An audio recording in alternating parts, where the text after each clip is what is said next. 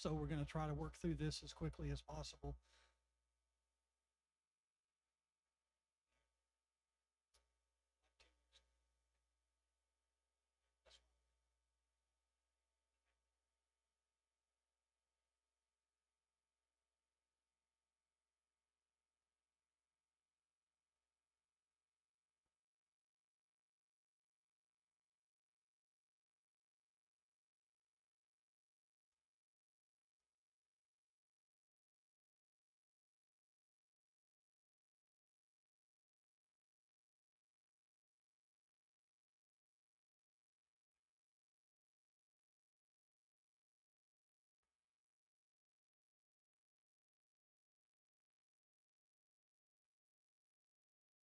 Okay, we're going to go ahead and start. We'll pivot to Dr. Mills if he gets in here. Okay, he's coming. Never mind. Mr. President, welcome.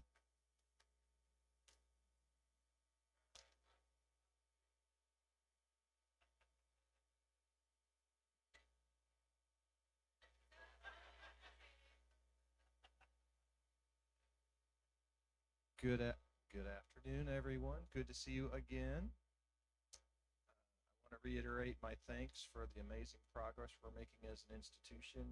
It starts right here with this group of people. We have a tremendous amount of support for you, in my opinion, but it starts with you all and the lives you change in our students. So thank you for that. Um, I'm open for assault or questions or business or whatever is needed. My break was great. Got to work on the trails, see my family. Just got back from a visit to Arizona where I visited Pima Community College, which was very inspiring. Yes, so it was fantastic. That's in Tucson. Yes, Ross.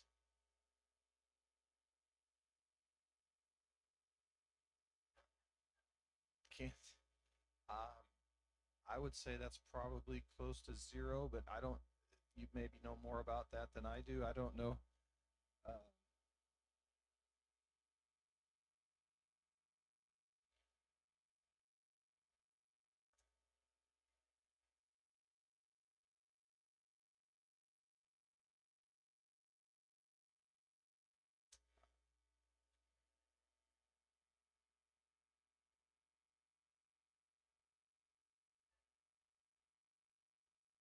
we're gonna follow Senate Bill 37, and we're gonna teach what we teach. So I now in this world, it's very hard to predict what's going to happen next and what's going on. I mean, I can't say never, but um, if Plato's woke, I, I think we're in trouble.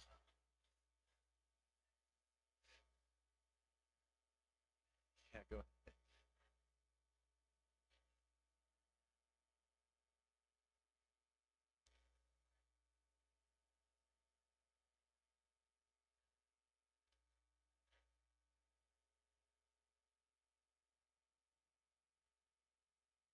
I have no idea. So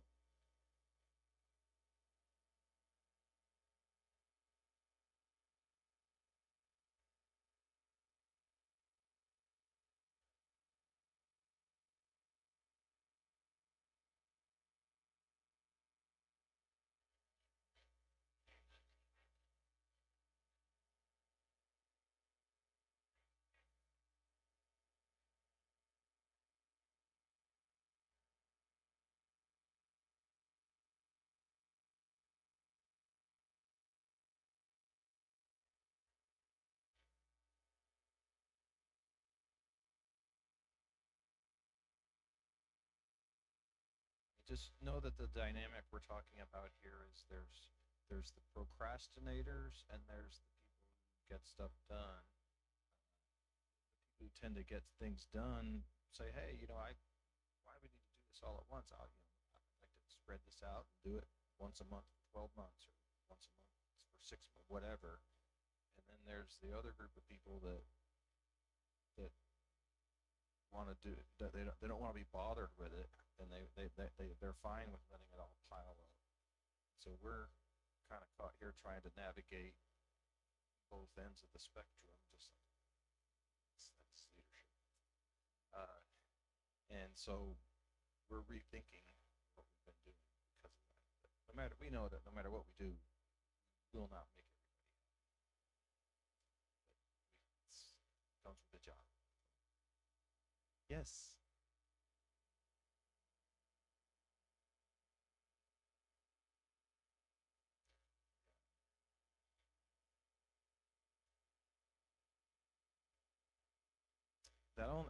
I mean, it's really only useful when it's like a landslide.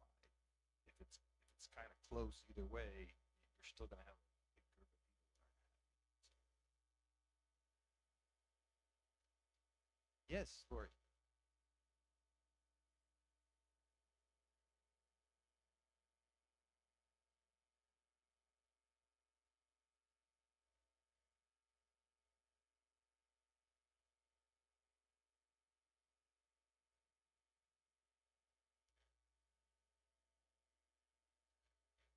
Of course.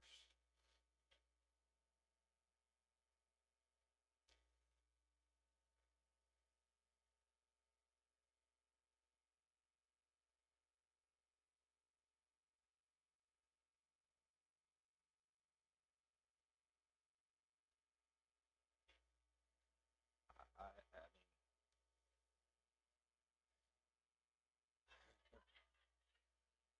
uh,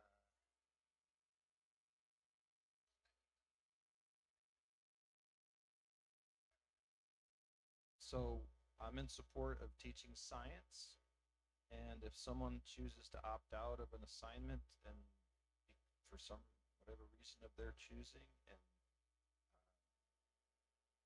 that's their loss. And if it makes it so they can't pass a course, that too is their loss. It's all their choice.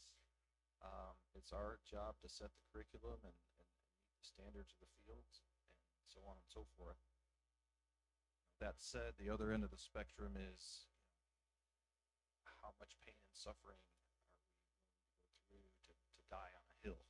That's and but it's really hard to predict how much of a battle things are going to be. Something like that can be on CNN and Fox News in 2 days. A few of the wrong buttons are pushed. So uh, I will support science and all of our courses to the extent of my authority and to the extent I am a free thinking, reason based human being. It's finding it more and more difficult to navigate this world. I'll just tell you that. So you'll have my support till you don't. That's basically it. And but I mean, we all. I mean, you see it every day now. I mean, you there at some point, you're we could all be faced with. Can I? Do I have to? What's the word? Jeopardize my integrity to keep my job? That's a point when I think about maybe that this job's not for me as president. We all can have that. We've seen it happen a lot. But what happens when all the smart people leave the room because of that? There's all the smart people have left. I mean, things happen. So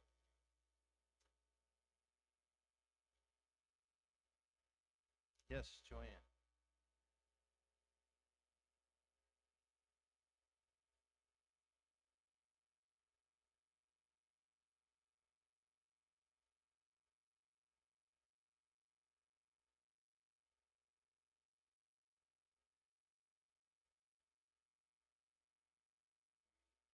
Working.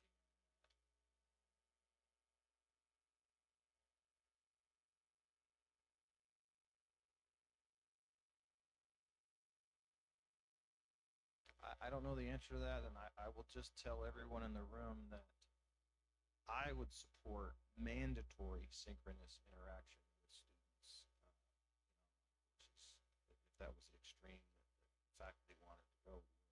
everybody had to meet with their instructor in a face-to-face virtual conference X number of times. It doesn't have to be at the whole class. It could be individual meetings, but it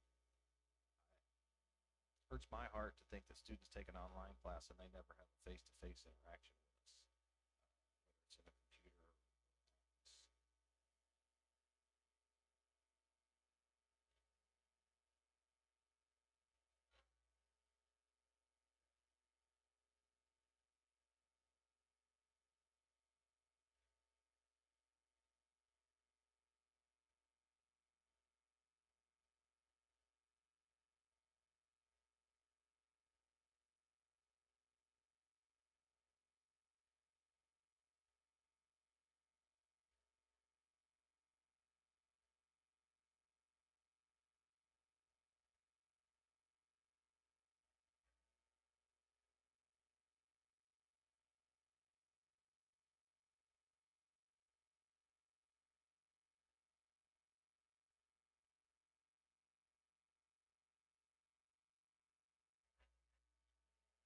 Yeah.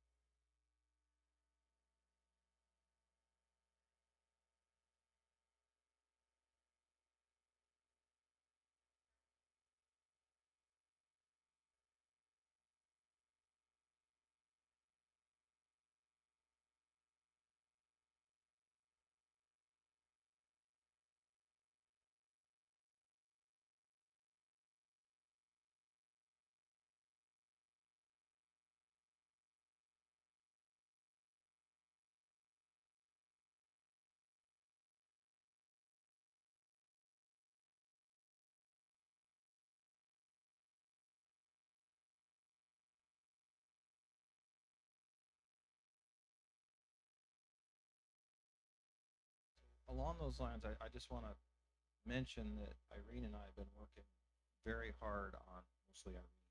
Uh, we really want to roll out synchronous video conference courses to our rural high schools for dual credit, such that we could have a class limit of 24 or 30 students, and we could put that class out at a certain time, say 8 o'clock in the morning, and all of our rural schools who don't have enough students to, you know, demand to allow us to send an instructor out there. But if we could pick, get 2 students from here, 2 students here, 5 students here, 1 student, and all of a sudden we've got a class of 20, 24 people.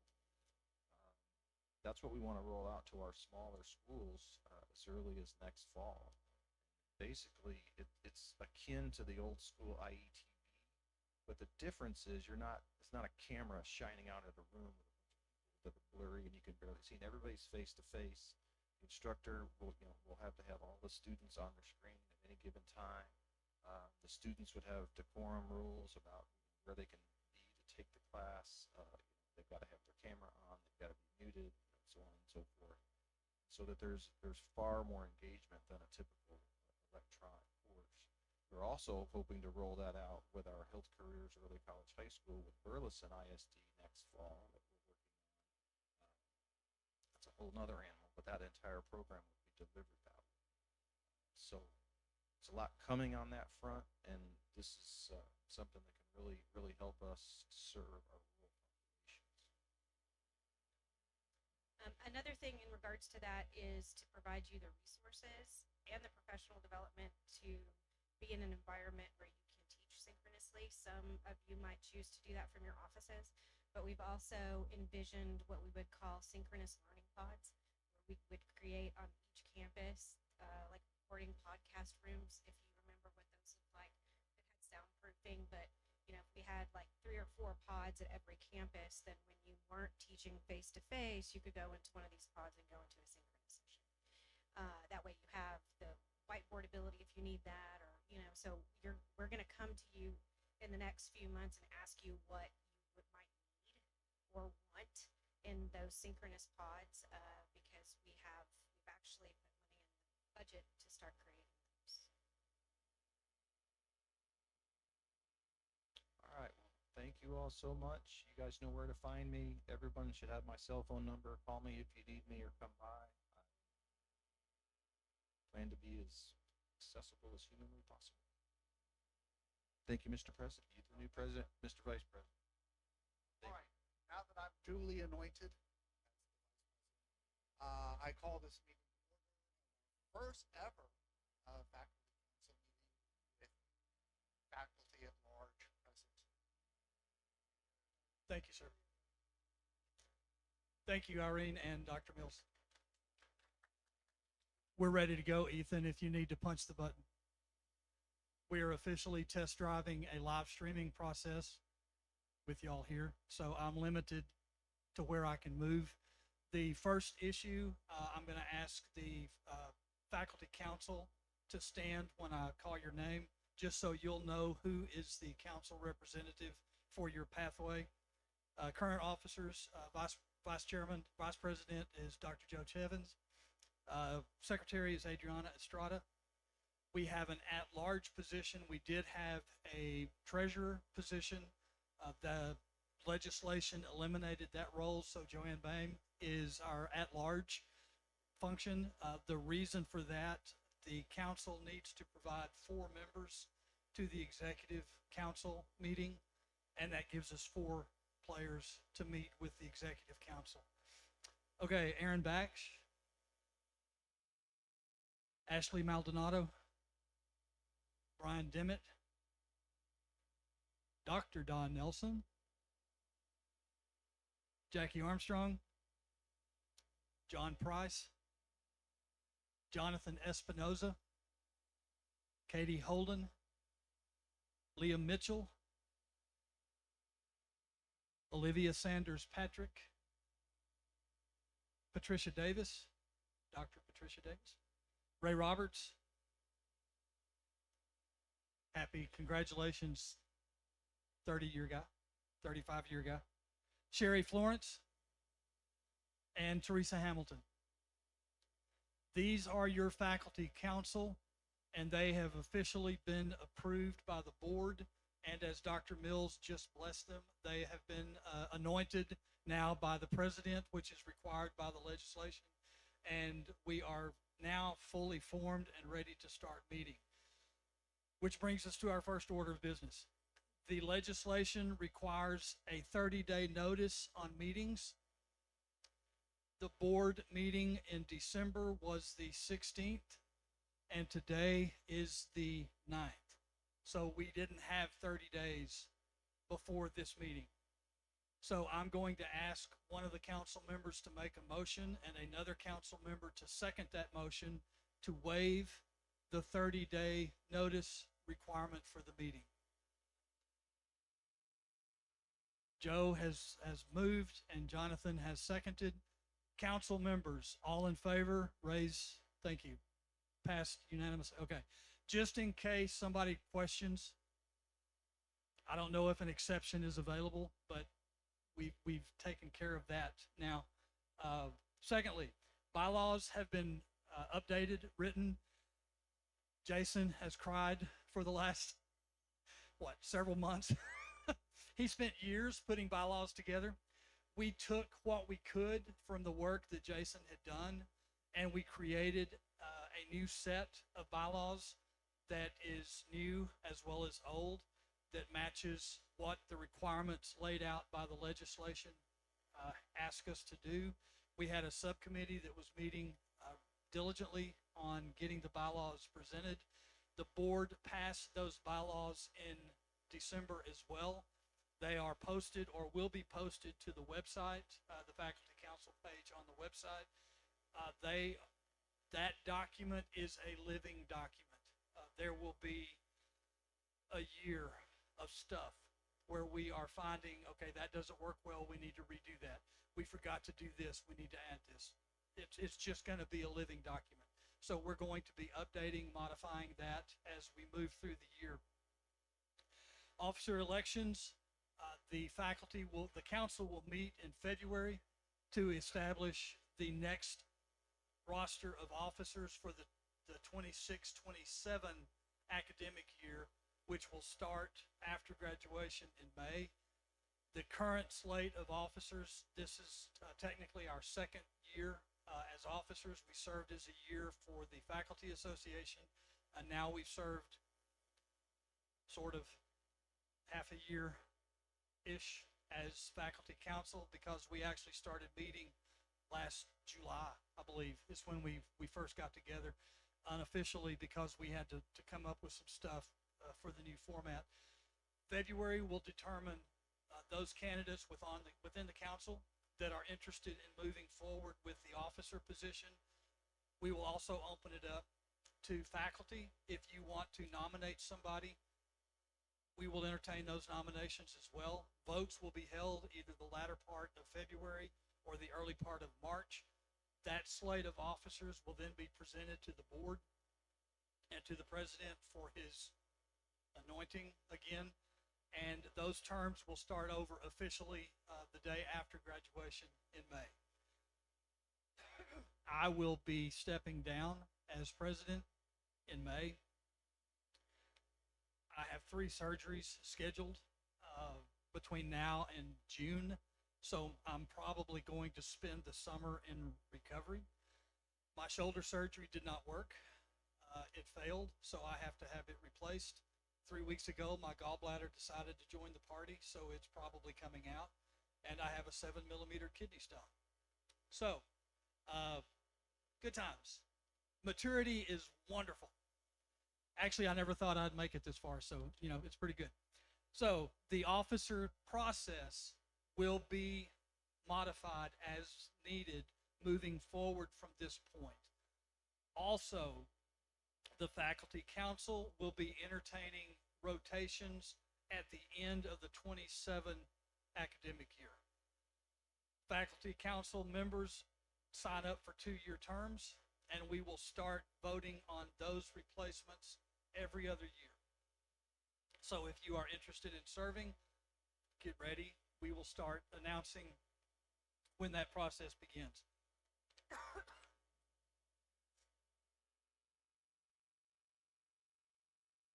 Faculty council meeting schedule. I anticipate that we will meet twice during each long semester, and then I'll recommend that we have a faculty meeting at each all staff. My allergies are killing me. Mountain cedar is just eating me up. So I'm not crying, but I'm crying. The faculty council will probably meet twice during each long semester, and then every all staff, I would recommend that we have a full faculty meeting just so we can get together. We can have Dr. Mills and Dr. Irene, whatever her new name is. Bonero, there we go. Dr. A is so long, it's hard to get that out of your mind. I guess I can just go to Dr. B. That will work.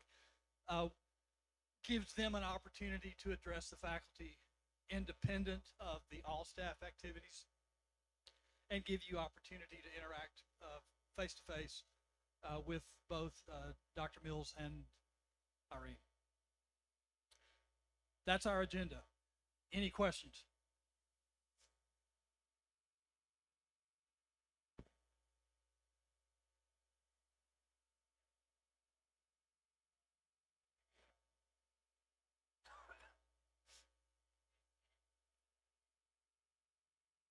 Yes, we will have them live streamed like we are doing today. So if you are not available to be present in person, there will be a link that you can tap in and join the meeting. At this point, your council is spread over 3 different campuses. So more than likely, those meetings are going to be virtual. And so we will make the link available online. We will email it out. And we will also, as required by the legislation, we will post the link on the website for live streaming.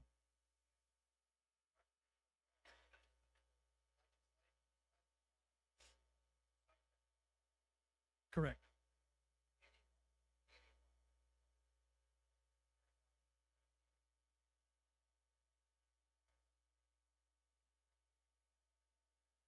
Correct.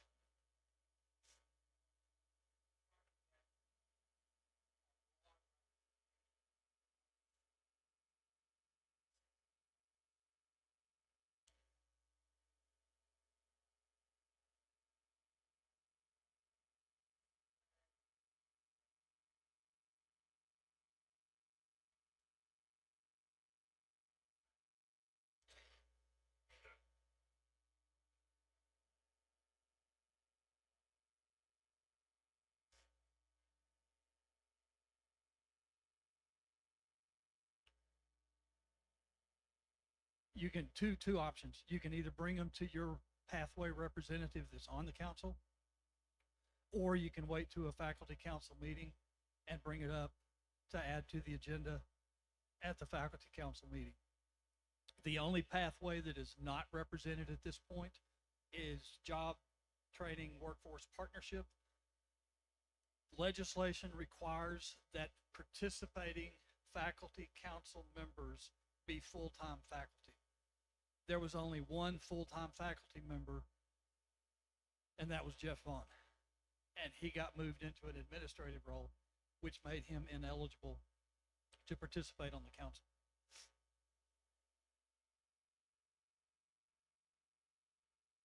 We have some adjuncts here today. Hopefully, program coordinators will be communicating with adjuncts this process as through the course of our normal everyday communication.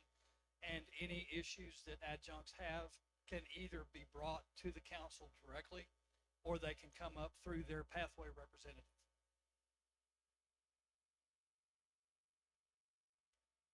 Yeah. Yes.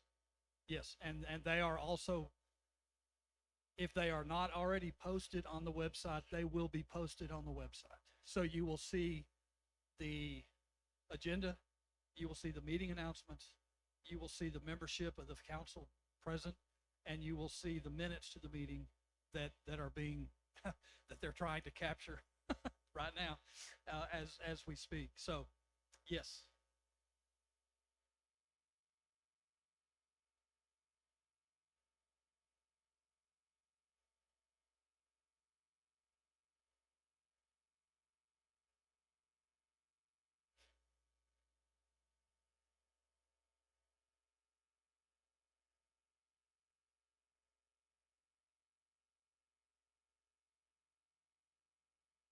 Yes.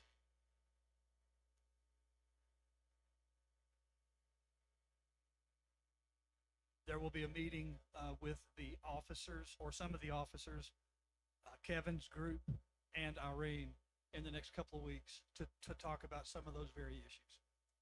Other questions?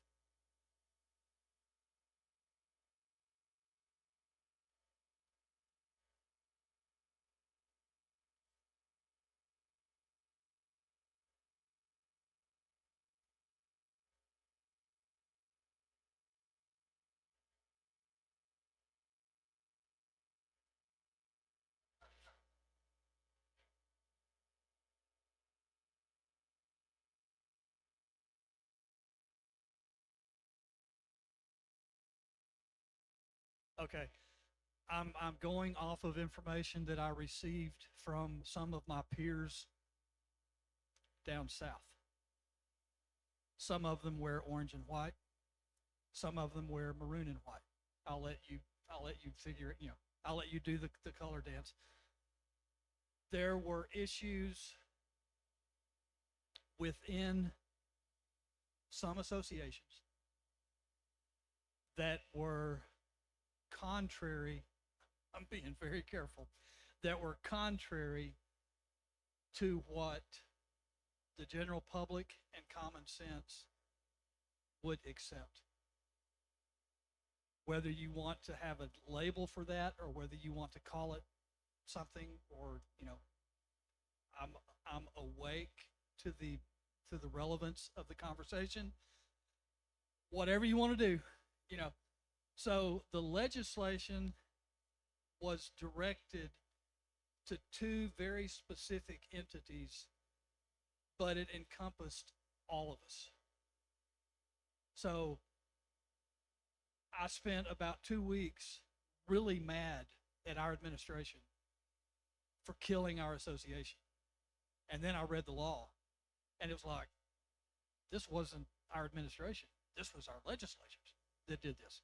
Then I got mad at them, which I stay mad at them anyway. So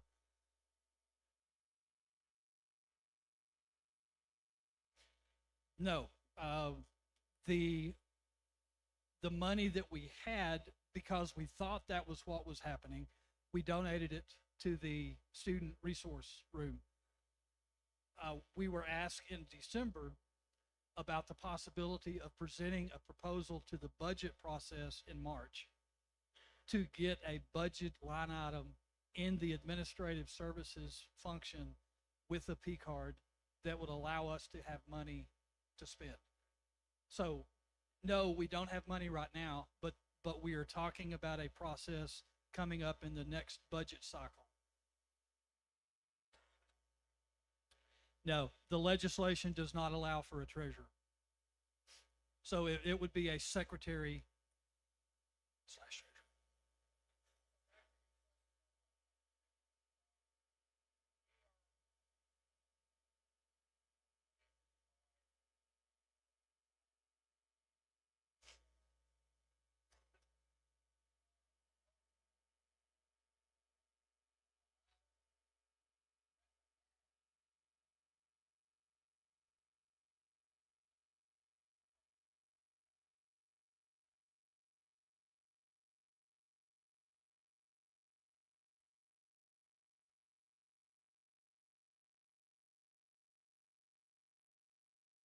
They are recommended by the council and appointed by the board and approved by the president or blessed by the president.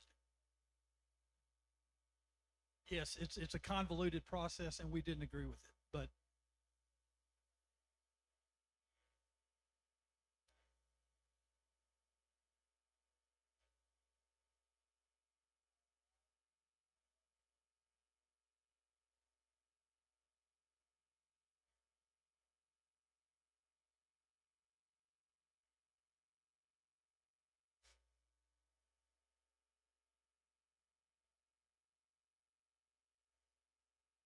by design.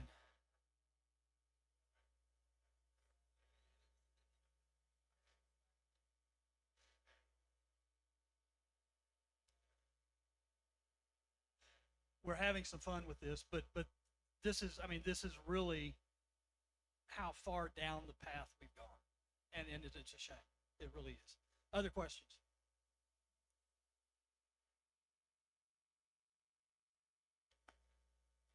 Or certainly nude pictures in a science book, you know.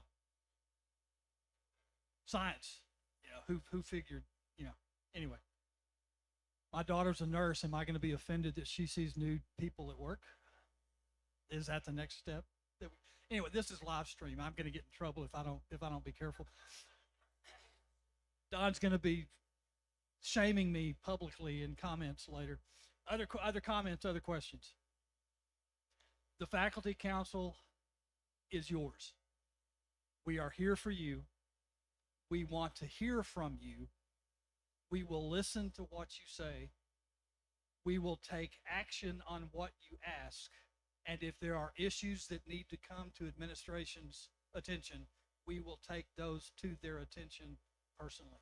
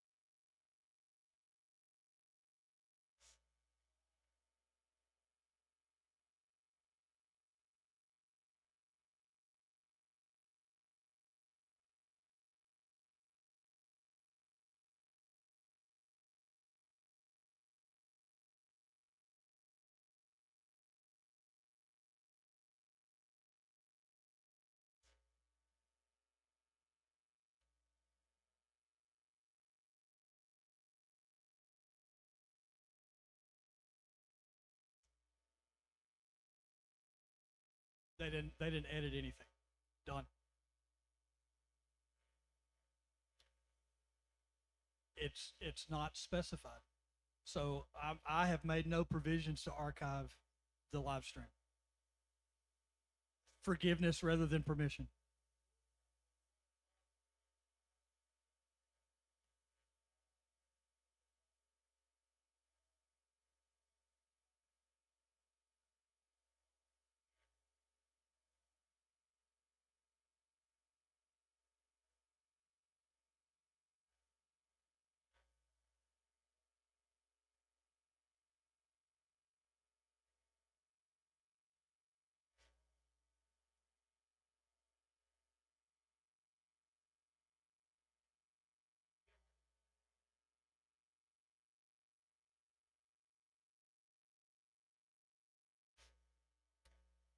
I clear my email folder every week, so I delete them.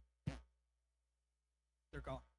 Now we will have our minutes recorded, and those are going to be archived on the website when it's posted after the meeting. But as far as the video portion of the live stream, there's no direction. So, other questions? Again, this is a work in process. It's been fun, isn't a really good word, but it's been odd. It's been a challenge. It's been there have been times where we were sitting at there were some of us that met last August, and we were sitting at the table at lunch, and how did we get here was the predominant question that got asked. So I do want to give kudos based on Jason Abbott's work. The subcommittee, Aaron, Jonathan, and Pat worked on the bylaws, and we had to submit those to legal because, you know, we had to be legal. And legal came back with a brief back that was the best set of bylaws that they had seen presented from an academic institution, not just a 2-year institution, but an academic institution, which means our bylaws were equivalently with 4 years. So great job. Good job. Jason, we appreciate you. 20 years of, you know.